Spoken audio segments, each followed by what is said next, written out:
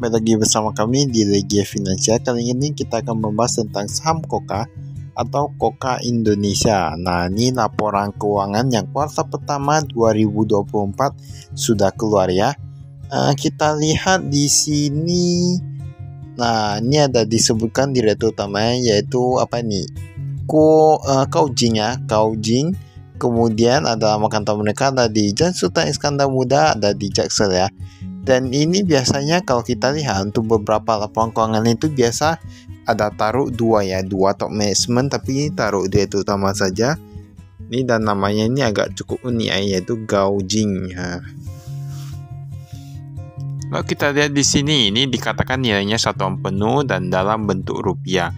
Untuk kas dan setara kasnya ini agak sedikit menurun, di mana kita lihat pada tahun lalu itu sekitar 28 miliaran, kemudian untuk yang kuartal pertama menjadi 12 miliaran. Tapi itu masih oke. Piutang usaha menurun cukup drastis. Nah, ini antara penjualan menurun atau gimana? Piutangnya oke. Total asetnya dari 215 miliaran sekarang menjadi 201 miliaran. Berarti terjadi penurunan untuk asetnya sendiri. Tapi nanti kita lihat sebenarnya penurunan dari aset itu sendiri dikarenakan karena hutang yang menurun ataukah ekuitas yang menurun.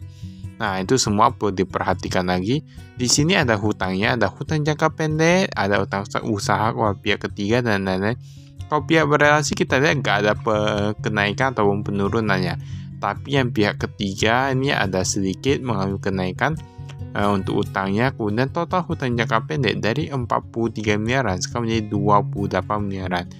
Penurunan paling banyak ini kayaknya di biaya yang masih harus dibayar. Nah, sampai biaya yang masih harus dibayar sudah dibayarkan, jadi udah gak ada. Nah, ini cukup bagus. Total hutangnya dari 44 miliaran sekarang tersisa 29 miliaran. Nah, ini kita boleh lihat juga ya.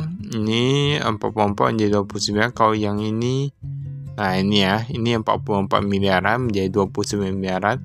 Memang terjadi penurunan hutang yang sebenarnya menurut kami agak cukup drastis sih. Berdasarkan presentasinya, total ekuitasnya dari 171 miliaran sekarang menjadi 172 miliaran. Jika kita lihat tampaknya perusahaan ini mencetak keuntungannya, karena dimana kalau kita lihat ekuitasnya bertambah, liabilitas berkurang, walaupun liabilitasnya itu agak kecil. Di sini ada disebutkan untuk total pendapatannya. Nah, ini tetap menurun drastis dari 69 miliaran sekarang menjadi 21 miliaran. Kemudian ada beban pokok pendapatan pun menurun drastisnya. Kok bisa ya ini ya? Terkadang memang menurut kami ya, ada perusahaan yang agak susah sih untuk menurunkan beban pokok, tapi ini agak cukup mudah ya. Anda gak tahu ya di belakang itu gimana ya. Ada laba bersih komprehensif 962 jutaan dari 12 miliaran laba bersaham. Nah, kalau kita lihat di sini memang laba bersihnya ini agak sedikit berkurang ini kayaknya. Kemudian untuk yang penerimaan dari pelanggan, gimana ketika penjualannya menurun, otomatis dia mendapatkan uangnya itu menurun dari pelanggan. Dari 52 miliaran sekarang menjadi 21 miliaran, kemudian pembayaran kepada pemasok pun berkurang. Nah, inilah. Ini kalau kita lihat, memang sebuah perusahaan itu perlu dilihat dengan jelas. Gak bisa asal beli ya. Di sini ada penerimaan bunga, pembayaran bunga pinjaman dan lain-lain. Kalau ini untuk operasional, lalu ini ada yang pendanaan.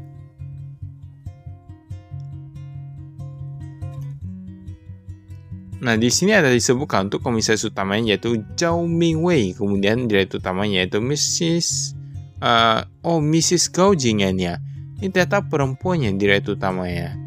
Nah, jadi tadi kalau tidak dikatakan, kita kurang tahu juga, tapi ini udah dikatakan Mrs. atau Nyonya, berarti itu perempuan untuk direktur utamanya. Untuk kas dan setara kas, kalau kita lihat nih kas dan setara kas ini sebenarnya nggak gitu beda jauh ya. Bahkan kok bisa tetap ya. Nah, inilah yang menjadi pertanyaan, apakah memang nggak dipakai, mereka langsung ambil dari bank atau gimana? Untuk banknya sendiri, kalau kita lihat di sini ada beberapa bank dan totalnya itu pun menurun cukup drastis dari 8 miliaran menjadi 190 jutaan. Dolar Amerika Serikat, oke, hampir sama. Yuan Cina hampir sama, semua rata-rata hampir sama sih. Tapi sebenarnya cukup unik, yaitu kalau kita melihat ke sini, ini jumlahnya ini kayaknya entah kenapa bisa sama. Oke lah kalau kita bilang untuk yang yuan Cina, dolar, tapi seharusnya itu pun bisa berubah loh. Tapi ini kok bisa agak berubah ya? Nah ini kurang tahu juga, ini tergantung bagaimana perusahaan masing-masing gimana. Ini ada disebutkan piutang usaha.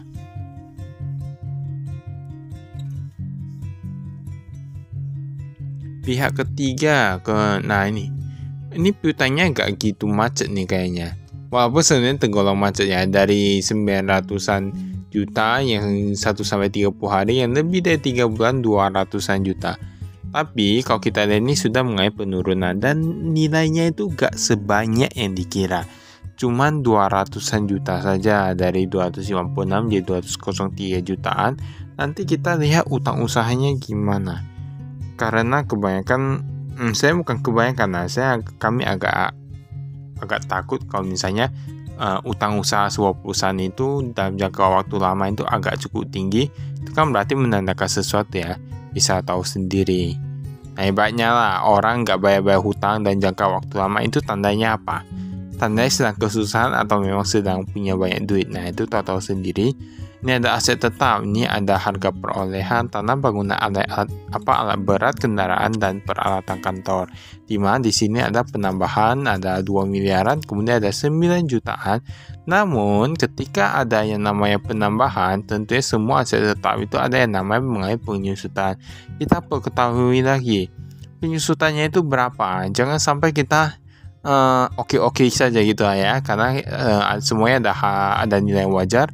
Di sini ada utangnya, ada kepada pihak berelasi. Wah, pihak berelasi ternyata ada utang kepada Nyonya Goujing selaku direktur utama ya. Nah, ini sekitar 700-an juta.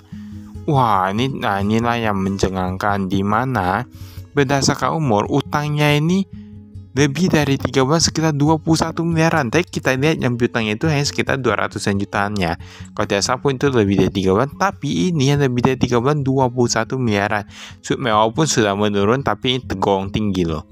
Karena jika kita bandingkan dengan yang lancar, utang lancar dan lain-lain, ini sebenarnya sangat cukup mencolok untuk perbedaan dari nilainya sendiri.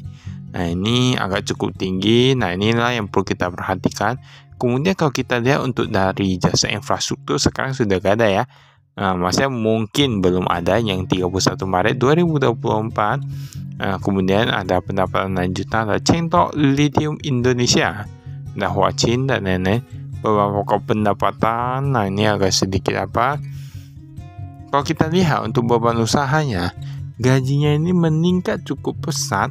Dan yang lucunya penyusutan aset tetap meningkat agak cukup pesat menurut kami ya. Tapi nggak tahu juga, terserah masing-masing. Dimana kalau kita lihat dari 1,1 miliar menjadi 1,5 miliaran. Dan kalau kita lihat ini sebenarnya kami agak jarang menemukan yang namanya penyusutan aset tetap yang di bagian beban kayak gini ya. Nah ini tapi ini ada, bahkan nilainya ini cukup fantastis jika dibandingkan beberapa beban yang lainnya seperti internet, listrik, air, telepon, hiburan dan lain-lain. Nah ini kok bisa gitu ya?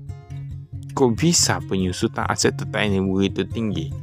Itulah yang menjadi pertanyaan. Nah sebenarnya kalau yang sudah mengerti itu sudah bisa memahami ya mengapa bisa seperti itu. Nah, jadi laporan keuangan itu kita harus perhatikan dengan baik-baik, tidak boleh langsung percaya, semuanya kita perlu lihat. Nah, baik itu saham, harga saham, PBB, PS, semuanya lah. Maka itu saya ada kami, sekian dan terima kasih, saya investasi.